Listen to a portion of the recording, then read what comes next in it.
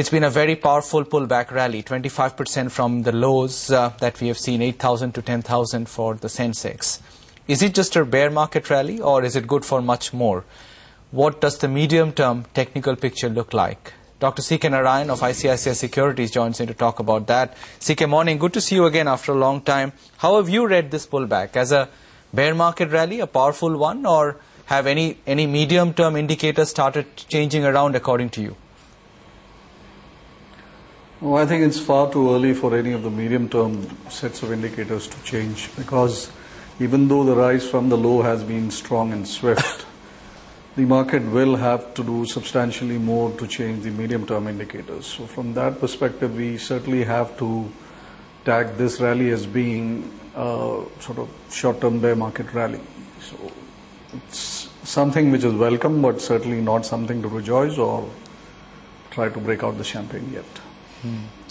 Having said that, have the 2 or 3 tests of the 2500 Nifty mark or around the 8,000 zone for the Sensex convinced you technically that we have some kind of a bottom in place out there, or do you think that bottom is still under threat of violation at some point in 2009?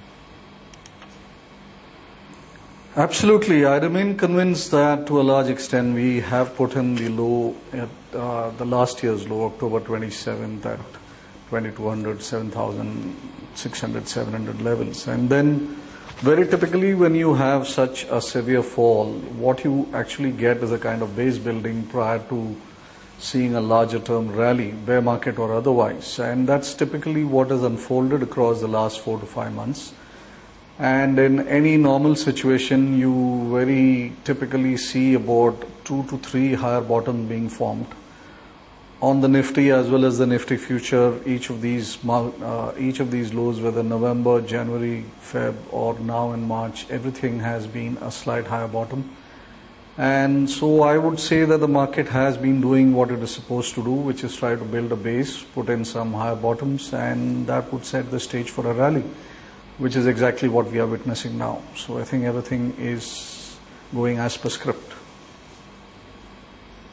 CK, morning. Would you say then that in terms of the stages we tend to break up bear markets in, it's looking like the market may have reached stage 2, which basically means it consolidates, or we see price consolidation for a while. You don't see the market cracking too much? Yes, I certainly agree with that. You see what happens, what do we call as a bear market rally? Within bear market phases or bearish phases, you have situation where price and value meet up. And which is what you saw at about 2,500, 2,600 levels, whether you take the PE multiple using, let's say, 800, 850 earnings projections for the Sensex, or you take, let's say, a dividend outflow kind of multiple, price had reached value. Now, within bear markets, there is this sudden increase of the supply-demand equation, which is what really shifts the price away from value once again.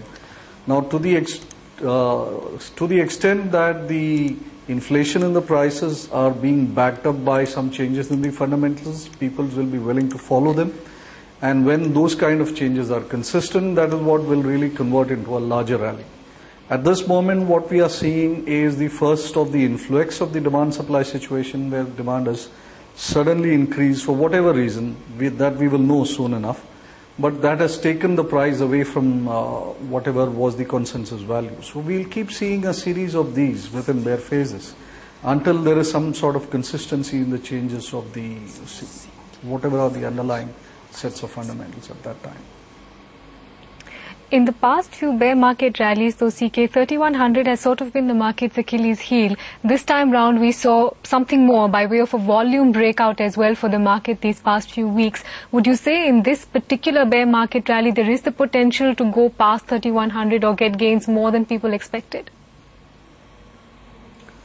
If you look at the market in terms of the cycles at a larger degree, then most certainly we are headed well above 3,100, 3,150, which we saw sometime in Jan, is certainly acting as the resistance. See, it's an overt resistance, so most people would be happy to benchmark their recent gains against such a resistance and would be happy to take some money off the table, which is precisely what has happened, whether this is in our Nifty, our markets, or it's in the US. traders the world over are actually the same. But in terms of the volume, yes, we'll have this periodic surges in volume for reasons attributable to either the US market or some sort of local developments. Local developments right now are not very many, so we are generally taking the cue from the overseas market. So volume surges are a norm in bear market rallies, but what we really need to see is the consistency with which they hold up higher. In my belief, we have seen the first of such volume and price expansions, and I think we are set to see some more in the days ahead after a small pullback. So CK, you think this rally could, this bear market or this leg of the bear market rally could take us beyond, with some retreat or retracement in the next few days, to something like 3,500 or even 37, 3,800?